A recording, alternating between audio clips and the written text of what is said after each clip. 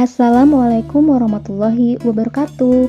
Perkenalkan, nama saya Wulan Nurasana dari kelompok 3 angkatan 51 gelombang 9 peserta Latsar CPNS Pemerintah Kota Bandung. Nah, hari ini saya akan menjelaskan dan juga meresum mengenai materi komitmen mutu. Check this out. Yuk kita klik go.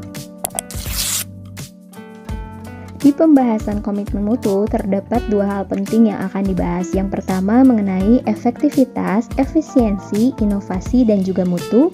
Dan yang kedua ada aktualisasi inovasi komitmen mutu.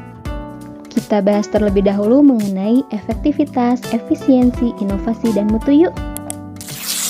Di sini ada komitmen dan mutu. Kita coba bahas tentang komitmen. Komitmen itu apa sih?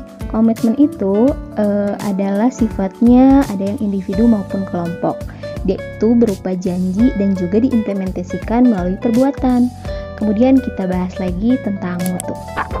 Nah, mutu itu adalah standar yang mencirikan sebuah kelayakan, sifat ataupun ciri.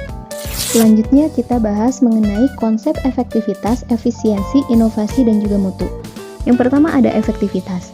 Efektivitas adalah tingkat ketercapaian target, highlight ya, yang telah direncanakan baik menyangkut jumlah maupun mutu hasil kerja. Kata kuncinya adalah ketercapaian target, efektivitas itu. Kemudian yang kedua ada efisiensi. Efisiensi adalah tingkat ketepatan realisasi penggunaan sumber daya dan bagaimana pekerjaan dilaksanakan sehingga tidak terjadi yang pertama adanya pemborosan sumber daya, kemudian penyalahgunaan alokasi, penyimpangan prosedur, dan juga mekanisme yang keluar dari alur. Selanjutnya ada yang ketiga adalah inovasi. Inovasi itu adalah kemampuan untuk menciptakan suatu hal yang baru atau berbeda. Nah, inovasi juga disebut perubahan atau pembaruan. Kemudian ada mutu ya. Mutu itu adalah ukuran baik atau buruk yang dipersepsi individu terhadap barang atau jasa. Berikutnya adalah mengenai nilai dasar orientasi mutu.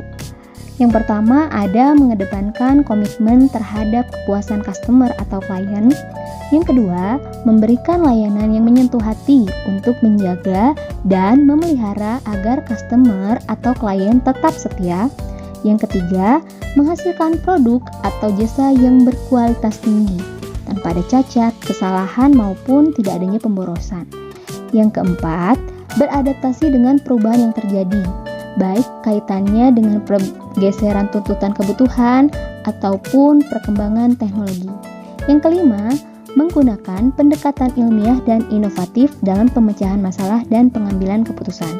Yang terakhir, keenam, melakukan upaya perbaikan secara berkelanjutan melalui berbagai cara, antara lain ya pendidikan, pelatihan, pengembangan, dan lain-lain. Dalam proses implementasi manajemen mutu diawali dengan yang pertama menganalisa masalah yang telah diidentifikasi. Yang kedua, menyusun rencana mutu. Yang ketiga, melaksanakan pekerjaan berbasis rencana dan juga mengawasi pelaksanaannya serta ketercapaiannya. Kemudian, yang terakhir adalah merancang upaya peningkatan agar dapat membangun kredibilitas lembaga pemerintah. Banyak cara yang dapat dilakukan untuk senantiasa memperbaiki mutu layanan dari pegawai ASN kepada publik. Misalnya dengan memahami fungsi dan tupoksi dan juga peran pada bidang pekerjaannya, serta harus memiliki target mutu dan juga memahami karakteristik masyarakat yang membutuhkan pelayanan tersebut. Kita lihat piramida tanggung jawab mutu di bawah ini. Ada yang paling atas yaitu corporate level, di mana level ini adalah bertanggung jawab atas mutu layanan institusi secara keseluruhan untuk membangun citra kelembagaan dan keunggulan bersaing. Kemudian yang kedua ada level strategic business unit level, di mana tanggung jawab mutu berkaitan dengan penetapan diversifikasi mutu pada setiap unit kerja sesuai dengan target masing-masing. Kemudian yang ketiga ada pada level fungsional, di mana bertanggung jawab atas mutu hasil setiap layanan yang diberikan di unit-unit pendukung. Dan yang terakhir ada level unit dasar, di mana bertanggung jawab untuk mutu dengan rencana aksi yang dilaksanakan di masing-masing unit kerja. Selanjutnya kita bahas mengenai produktivitas inovatif dalam penyelenggaraan pemerintah. Apa sih produktivitas? Nah, produktivitas adalah rasio antara output dengan input baik dari sisi proses maupun hasil. Kalau dari segi proses, produktivitas itu adalah kemampuan untuk menghasilkan produk atau jasa. Sedangkan dilihat dari sisi hasil, produktivitas itu adalah capaian hasil yang diperoleh dari kurun waktu tertentu berdasarkan target yang direncanakan. Lalu bagaimana ya caranya meningkatkan produktivitas ASN? Yang pertama adalah dengan meningkatkan kompetensi, motivasi, dan juga penegakan disiplin. Serta yang paling penting adalah adanya pengawasan secara profesional. Nah, itu dia tadi pembahasan mengenai konsep dari efektivitas, efisien, inovasi, dan juga mutu. Selanjutnya kita akan bahas mengenai aktualisasi, inovasi, dan komitmen mutu. Yuk kita bahas. Dimulai dari membangun komitmen mutu dalam penyelenggaraan pemerintah. Nah, di sini dibahas mengenai pelayanan publik yang bermutu adalah bentuk akuntabilitas dari pemerintah selaku penyedia layanan publik sehingga menciptakan kepercayaan publik kepada pemerintah. Posisi pegawai ASN sebagai aparatur memiliki tanggung jawab utama untuk memberikan pelayanan kepada masyarakat, di mana aparatur ini bekerja untuk kesejahteraan dan kepuasan masyarakat melalui pelayanan yang adil dan bermutu. Adapun faktor yang bisa menjadi pendorong maupun juga penghambat untuk meningkatkan kinerja ASN ini. Yang pertama adalah perubahan pola pikir atau mindset, yang kedua dari pergeseran budaya, yang ketiga adanya perbaikan tata kelola pemerintah atau good corporate governance. Yang berikutnya adalah tentang berpikir kreatif. Nah, berpikir kreatif ini adalah kemampuan orang untuk menghasilkan atau menciptakan sesuatu yang baru dan berbeda. Nah, dalam prosesnya memerlukan daya imajinasi tinggi yang mampu keluar dari rutinitas atau berbeda dari kebiasaan sehari-hari. Ya, istilahnya harus bisa berpikir out of the box gitu ya.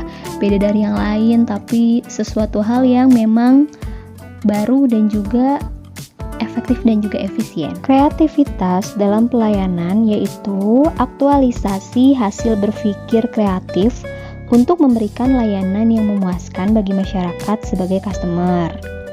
Nah, seorang ASN yang kreatif itu tercermin dari perilakunya yang punya dorongan kuat untuk melakukan atau mencari sebuah perubahan atau kebaruan ya, yang biasanya tadi disebut perubahan itu adalah inovasi. Nah, untuk memiliki karakter sifat kreatif pegawai ada yang pertama harus senantiasa merasa butuh untuk terus mengembangkan kemampuan. Dia harus mau terus belajar. Yang kedua, dinamis dan berpikir kritis terhadap situasi yang berkembang. Jadi jangan iya-iya aja, tapi kita juga harus punya sikap gitu ya. Kira-kira ini betul atau tidak? Ya, punya dasar dulu. Yang ketiga, menjadikan keterbatasan sebagai sarana melakukan kreativitas dan inovasi. Nah, jangan sedih kalau kita nggak punya banyak fasilitas, tapi kita harus di situ mencari celah untuk bisa terus berkembang dan juga berkarya. Lalu bagaimana ya menciptakan atau mendorong faktor lahirnya kreatif dan inovatif itu? Yang pertama adalah harus ada kepemimpinan yang memiliki visi dan misi melakukan perubahan yang lebih baik. Jadi selain dari diri kita ya harus ada sosok pemimpin yang mendukung hal itu. Yang kedua adalah lingkungan kerja yang mendorong terciptanya kreativitas kerja. Ini penting banget. Soalnya lingkungan itu berpengaruh dengan apa yang ada dengan diri kita. gitu. Yang ketiga adalah budaya organisasi yang memfasilitasi terjadinya inovasi. Ya kayak tadi, sama halnya berkaitan dengan yang kedua, lingkungan, sehingga menciptakan budaya untuk terus berinovasi dan berkarya. Sekian resume dari saya, semoga bisa bermanfaat untuk teman-teman yang menonton video ini. Wassalamualaikum warahmatullahi wabarakatuh. Jangan lupa like, subscribe, dan komen ya.